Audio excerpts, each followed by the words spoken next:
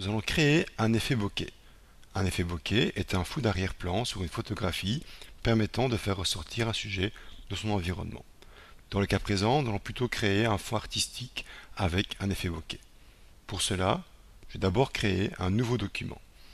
Je me rends dans le menu Fichier, je choisis Nouveau, apparaît la fenêtre du nouveau document, dans laquelle je vais choisir ici un paramètre prédéfini à destination du web. Ensuite, dans la case taille, j'opte pour une taille de 1600 x 1200 pixels. Je vérifie la résolution, 72 pixels par pouce, et le mode de couleur rouge, vert, bleu. Je valide par OK. Une fois le document créé, je vais maintenant créer un gris foncé pour remplir mon document. Je passe dans la palette d'outils et je fais un clic sur le carré de premier plan en bas dans la palette d'outils. Apparaît la fenêtre du sélecteur de couleurs, je me rends dans la fenêtre et je vais maintenant remplir rouge, vert, bleu avec 38, 38 en rouge, 38 en vert, 38 en bleu. J'obtiens donc maintenant un gris foncé. Je valide par OK. Une fois mon gris foncé créé, je vais maintenant remplir le fond de mon document avec ce même gris. Pour cela, je vais sur mon clavier enfoncer en même temps la touche Alt et Backspace. Mon document maintenant est rempli de ce gris foncé. Je vais maintenant créer la forme qui sera la base de mon effet bokeh. Pour ça, je vais prendre la forme elliptique vectorielle. Je me rends dans la palette d'outils, je viens sous l'outil rectangle, je maintiens le bouton gauche et je choisis en troisième position l'outil ellipse. Je passe dans la barre d'options, je vérifie les différentes options. Première case, j'opte pour le dessin en mode forme. Dans la case fond, je remplace la couleur par défaut par du noir. Dans la case contour, je remplace la couleur de contour également par du noir. Dans la case épaisseur, j'opte pour une épaisseur de 10 points et je vérifie l'alignement du contour pour qu'il soit bien à l'intérieur. C'est le cas. Je vais maintenant tracer mon ellipse sur mon document. Je me place plus ou moins au centre de mon document, je maintiens la touche majuscule enfoncée et je trace mon ellipse.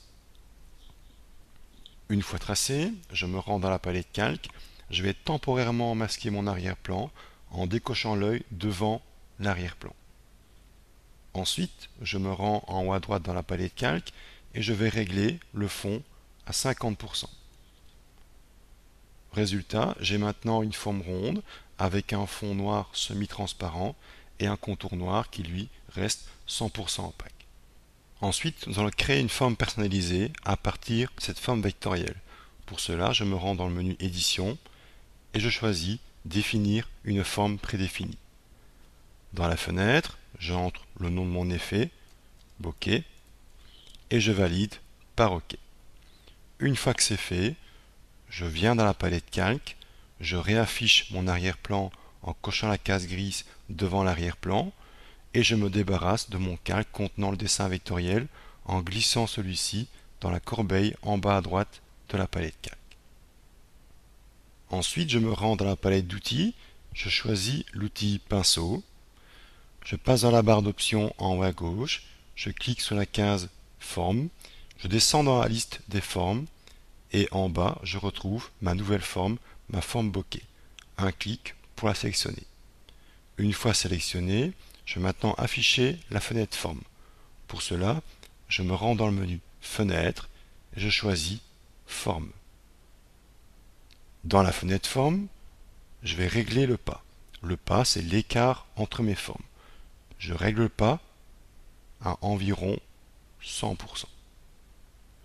Ensuite, je clique sur Dynamique de la forme.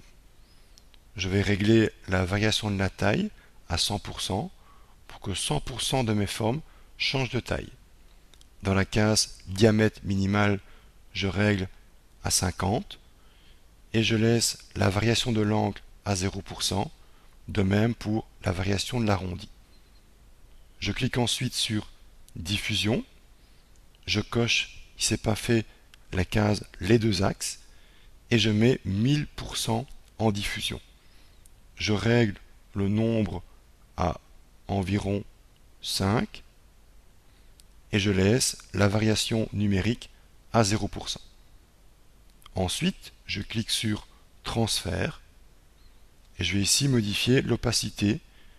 Je vais la régler à environ 50% et le flux également à 50%. Je vais maintenant sauvegarder ma forme. Pour cela, je me rends en bas à droite de la fenêtre et je clique sur l'icône pour créer ma forme. Je vais la renommer bokeh 2 et je valide par OK. Ma forme maintenant est sauvegardée dans mon programme avec mes paramètres, comme par exemple le pas, l'opacité ou encore les paramètres de diffusion. Je vais maintenant fermer la fenêtre forme. Pour cela, je fais un clic sur la double flèche en haut à droite de la fenêtre forme. Étape suivante, je vais maintenant créer un nouveau calque. Je me rends dans la palette calque et je clique sur l'icône de création de calque. Je vais remplir ce calque avec du noir. Pour cela, je vais faire D sur mon clavier comme défaut, ce qui me permet d'avoir du noir et du blanc en bas dans la palette d'outils. Une fois le noir et blanc récupéré, pour remplir rapidement mon calque avec mon noir, je vais enfoncer la touche Alt et en même temps Backspace sur le clavier. Mon calque est maintenant rempli de noir. À ce calque, je vais lui appliquer un effet. Je me rends dans la palette calque, je viens sur le bouton des effets et je choisis l'effet d'incrustation en dégradé. Dans la fenêtre, dans la case dégradé, je choisis un dégradé se composant au moins de 3 ou 4 couleurs. Une fois le dégradé choisi, dans la case mode de fusion, je remplace le mode de fusion normal par le mode de fusion incrustation. Et je valide par OK.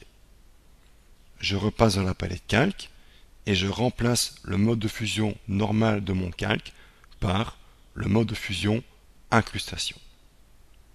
Je vais maintenant créer un nouveau calque qui va contenir mon effet bokeh. Je veux que ce calque soit directement en dessous de mon calque avec mon dégradé. Pour cela, je viens sur l'icône de création de calque et j'enfonce la touche commande et je fais un clic sur l'icône. Commande clic sur Mac, contrôle clic sur PC. Mon calque est directement créé en dessous du calque avec le dégradé. Une fois que c'est fait, je repasse dans la palette d'outils, je prends l'outil pinceau et je choisis la deuxième forme bokeh que j'ai créée avec les paramètres de pas, de diffusion et ainsi de suite. Je vais prendre maintenant comme couleur du blanc. Pour cela, j'enfonce la touche X sur le clavier et mes couleurs sont permutées. Le blanc passe au premier plan, le noir lui maintenant passe à l'arrière-plan. Une fois que c'est fait, je viens avec mon outil sur mon document, j'enfonce le bouton gauche et je peins sur mon document. Vont apparaître les ronds qui directement auront la couleur de mon dégradé. Je vais maintenant appliquer à ces ronds un effet de flou. Mais avant, je vais d'abord convertir mon calque en un calque dynamique. Pour cela, je me rends dans la palette calque, je viens sur mon calque contenant mes ronds et je fais clic droit. Dans le menu déroulant qui vient d'apparaître, j'opte pour convertir en objet dynamique. Une fois que c'est fait, je passe dans le menu filtre et je choisis atténuation et ensuite flou gaussien. Je règle mon rayon, je vais mettre ici un flou assez important, je règle mon rayon à 20 pixels. Je valide par OK. L'avantage d'avoir converti mon calque en calque dynamique avant d'avoir appliqué mon flou, c'est que maintenant je pourrai à tout moment modifier ce flou. Par exemple, si je veux modifier ce flou, à savoir l'augmenter ou le diminuer, je passe dans la palette calque, je clique deux fois sur flou gaussien, réapparaît la fenêtre et je peux à tout moment augmenter ou diminuer ce flou. Je vais les régler ici à environ 18, 19. Je valide par OK. Je crée un deuxième calque. Un clic sur l'icône de création de calque. Et je vais ici peindre une deuxième couche de rond, cette fois-ci avec une taille plus petite. Donc avant de peindre, je me rends dans la case forme en haut à gauche et je vais réduire la taille de ma forme à environ 300 pixels.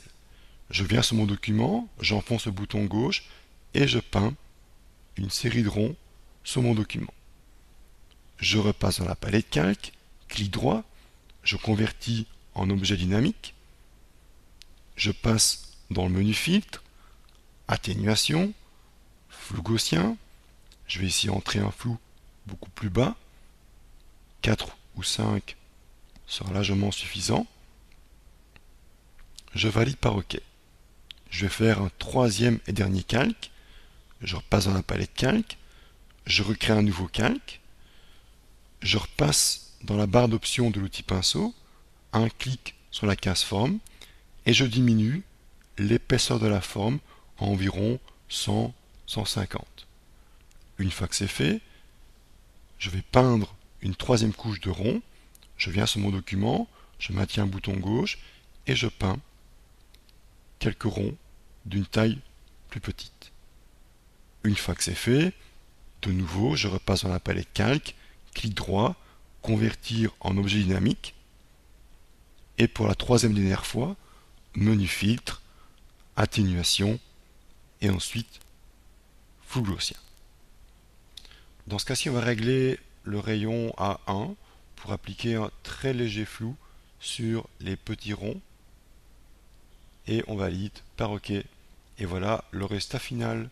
Si vous voulez maintenant modifier rapidement la couleur de votre effet, rendez-vous dans la palette calque, cliquez deux fois sur l'effet d'incrustation en dégradé, apparaît la fenêtre de l'effet. Dans la case dégradé, faites un clic sur la flèche à droite du dégradé et remplacez votre dégradé par un autre. Vous pouvez ainsi obtenir des effets de couleur infinie.